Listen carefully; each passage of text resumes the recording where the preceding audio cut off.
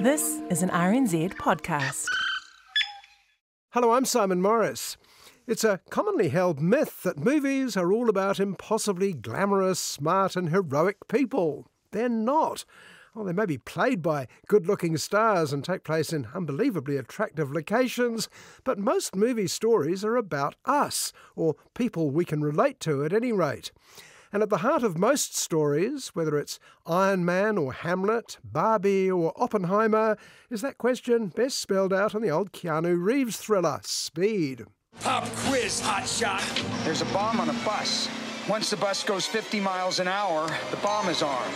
If it drops below 50, it blows up. What do you do? What do you do?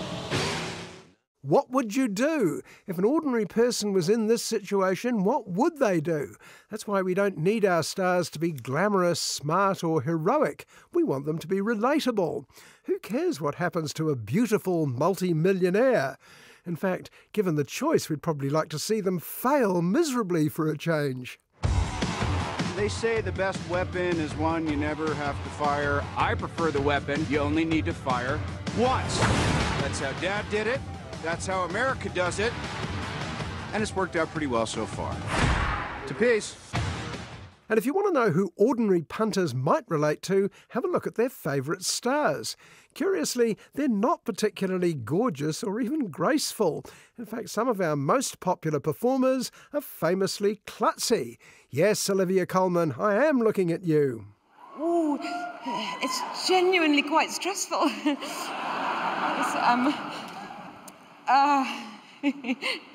This is hilarious. Can't ask.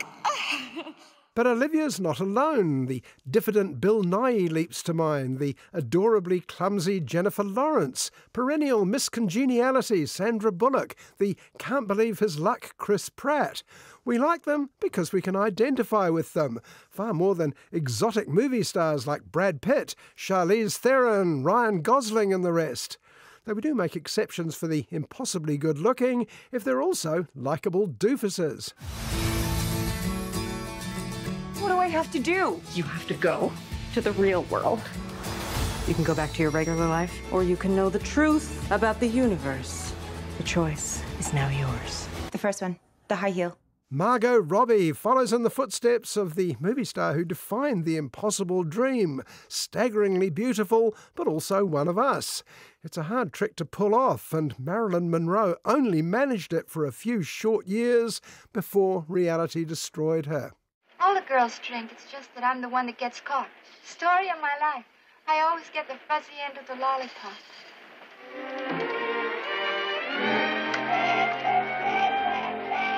Am I seeing straight? I'll say. The latest example of the all-conquering woman next door is French superstar Laura Calamy. Laura usually plays slightly dim optimists in TV shows like Call My Agent and films like My Donkey, My Lover and I. L'important, c'est pas le but, c'est le chemin. Arrête, Patrick! Vous déjeunez pas avec nous? Vous déjeunez pas avec nous? In the last French film festival alone, Laura Calamy starred in 3 of them, including this week's The Origin of Evil, a decided change of pace for her. Will audiences reject her as a psychotic femme fatale, or will they love her for giving it a go? Pardon, je suis tellement heureuse de vous rencontrer. Vous avez une maison très belle. Relatability has many faces, of course. There's another thriller, this time on Netflix, that puts a feminist twist to a previously men-dominated genre. High-finance films like Wall Street, The Wolf of Wall Street and American Psycho. We accept their peccadillos, claim the creators of Fair Play, so why not those of an equally capable, ruthless woman? Say, Emily, I'm sorry. Emily, I'm sorry. Now cry. What? Cry! Because if I can't make you cry, I'm gonna make you bleed. Well, I'm not convinced we do identify with ratbags like Gordon Gekko and Jordan Belfort. And even in the noirest of film noirs, we do like to see someone in there we can like, even if they don't come out on top. Still, maybe relatability might depend on who's doing the relating. This week, Spanish movie maestro Pedro Almodovar weighs in with his first Western. It's called Strange Way of Life.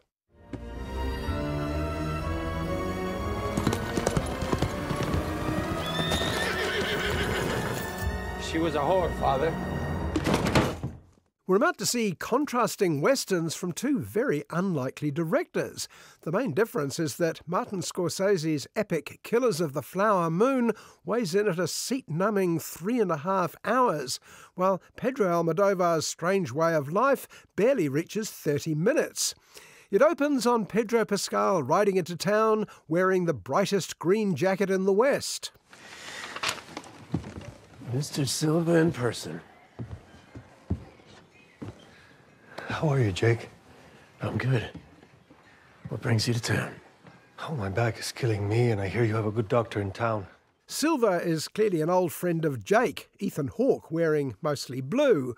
Jake's outfits are only muted in contrast with Silva's wardrobe, which also includes bright red and yellow checkered shirts. The film was actually produced by the Yves Saint Laurent fashion house. Well, you look well. No, it's you. Who look impressive, dressed as a sheriff. I'm not just dressed as one. I am one. Well, it suits you. Now, I'm not sure what your idea of a Western is, but it's possibly not the same as Pedro Almodovar. Silva's barely hung up his green jacket before he and Jake are in bed, reliving old times. Not so much Butch Cassidy and the Sundance Kid as Brokeback Mountain and the Power of the Dog. A woman was found killed in town.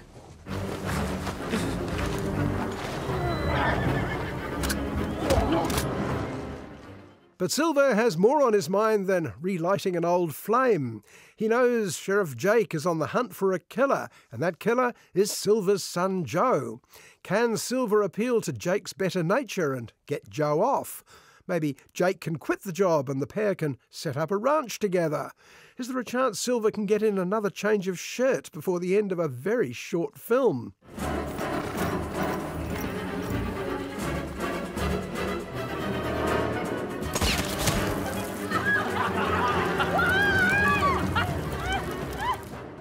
It's not your standard Western, in other words, but if it were, would we be disappointed? Almodovar's films are nothing if not individual, with colourful, groundbreaking classics vying with mad lapses of taste. Don't look at me like that. How do you want me to look at you? Strange Way of Life is as peculiar as its running time.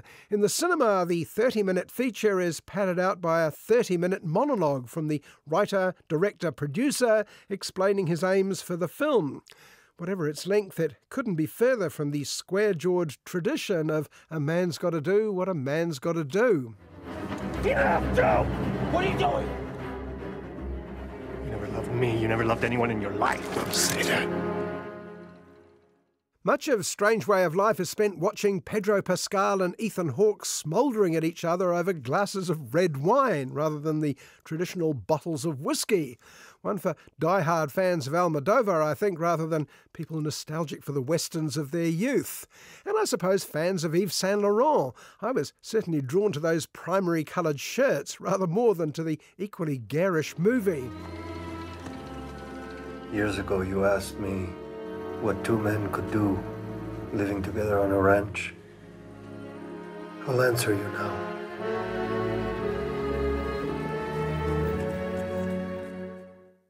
The Origin of Evil is another from the recent French Film Festival, but unlike many of them, it's not a lovable romantic comedy. It's a twisty-turny thriller with nods to everything from Hitchcock and Agatha Christie to TV dramas like Succession.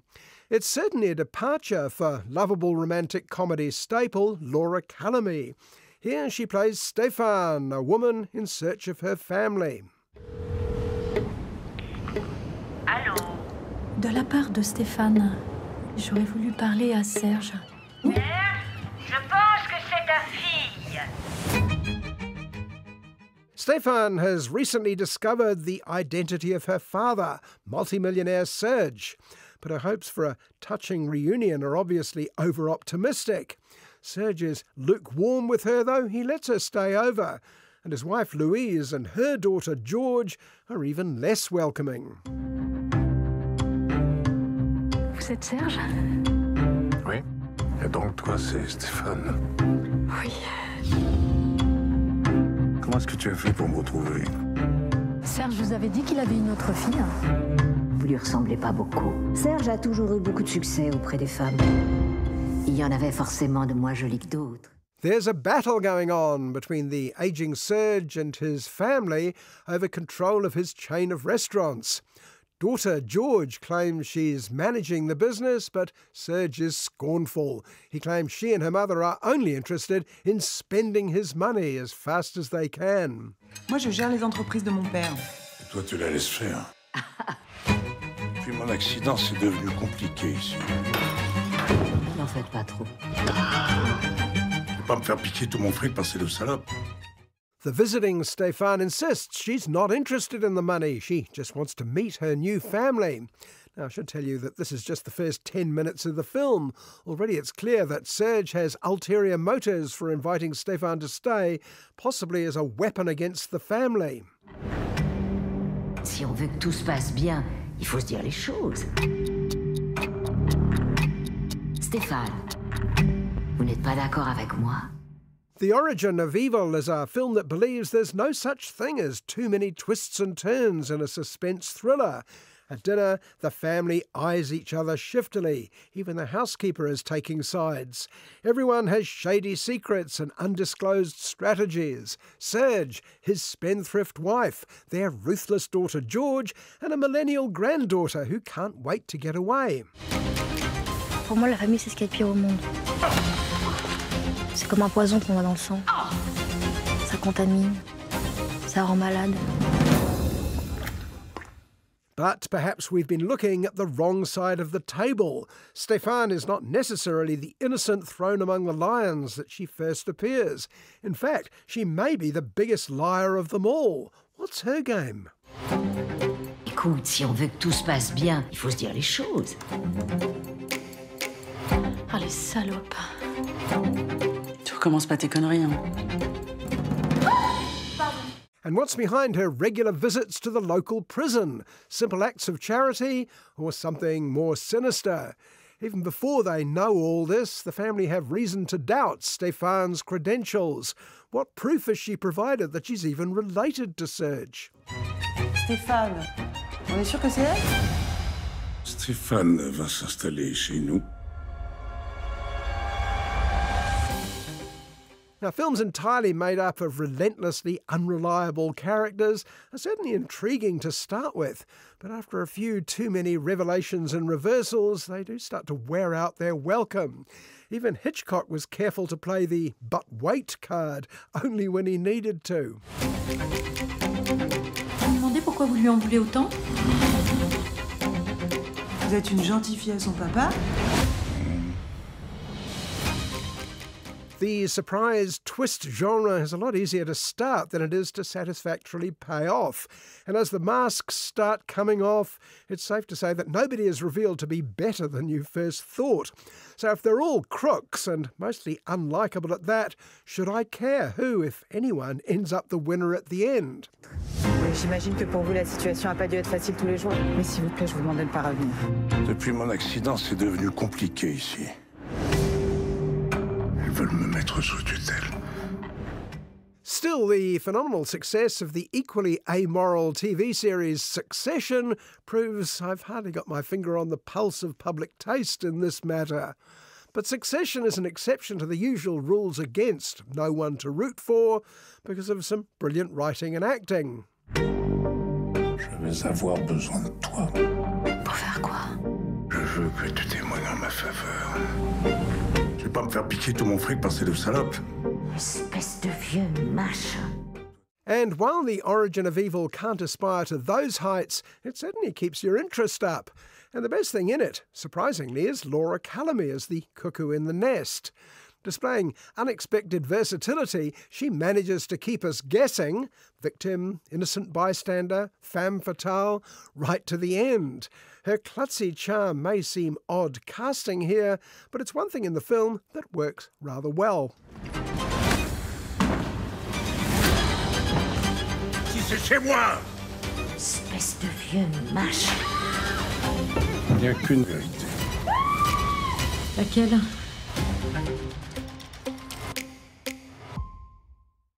There are some jobs that are endlessly fascinating for audiences.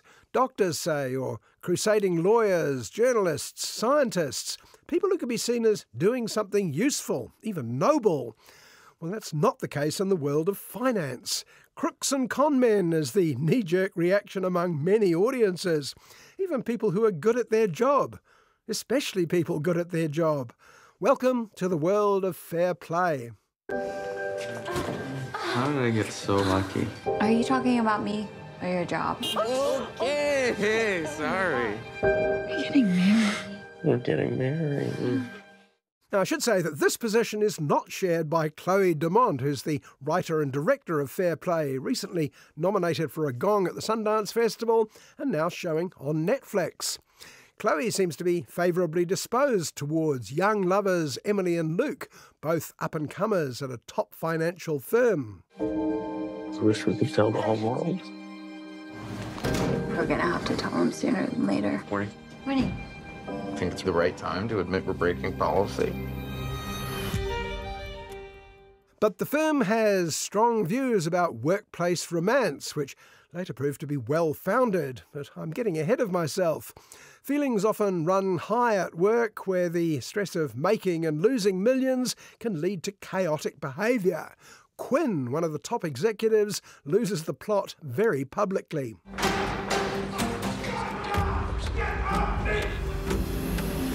I hear you're taking over for Quinn. What? I overheard it on a call. And the rumours are rife that his replacement is going to be hotshot Luke. He's delighted, and Emily is delighted for him, even if she thinks she's been kept out of contention by good old big business sexism. But then CEO Campbell invites her out for drinks. We're gonna go grab a drink. You wanna join?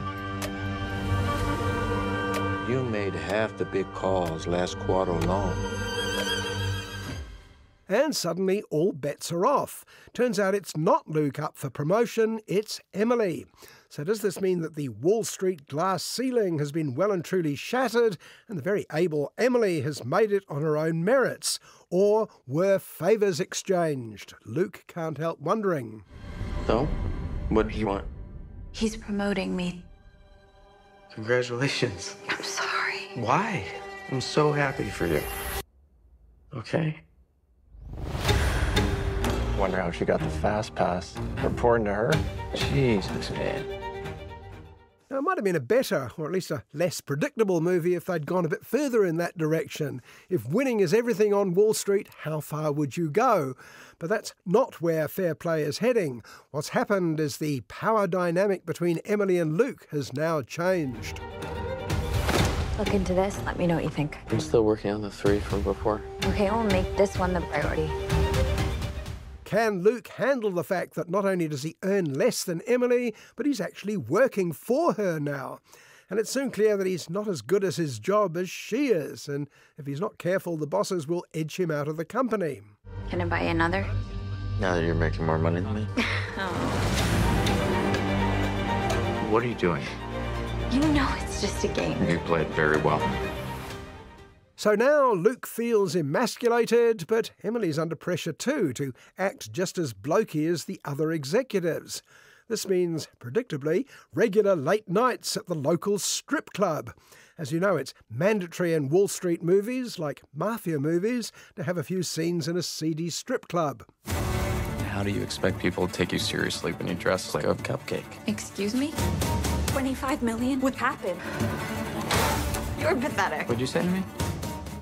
So Emily's career goes up, manifested by her coming home drunk after nights out with the boys, and Luke's career goes down, manifested by him staying home and getting drunk on his own. What could possibly go wrong? Or more wrong, maybe? You're letting him walk all over you. You want me to say it again? The only man I let walk all over me is you. Once again, showing an inability to read the room, Luke suggests Emily put pressure on the boss to give him a promotion. As you can imagine, that's not likely to end well. Are you going to pitch me to Campbell? I don't think it's a good idea. We both can't keep working here. I'm not quitting. This firm has become my religion. You have become my God. You give me this opportunity, I will give you everything I got. The casting of Fair Play is serviceable, if a bit soapy. Phoebe Dynevor made her name in TV series Bridgerton and the Brit version of Call My Agent, 10%. Alden Ehrenreich was good playing the young Han Solo a few years back, but the fact that most people can't pronounce his name is an indication he's not there yet. Are you out of your mind? You're gonna end our relationship by setting off a bomb. We all do filthy things, but we don't trick it back into the office. Best thing in the film, as he usually is the versatile Eddie Marsan as the poisonous Campbell. But the worst thing in it is an ending that's as brutal as it is excessive. I wish I could say it was making a point about gender imbalance and double standards, but it just came across as bullying to me. Why is it so hard to accept that I deserve that job? I never got the shot. This job, it's killing us.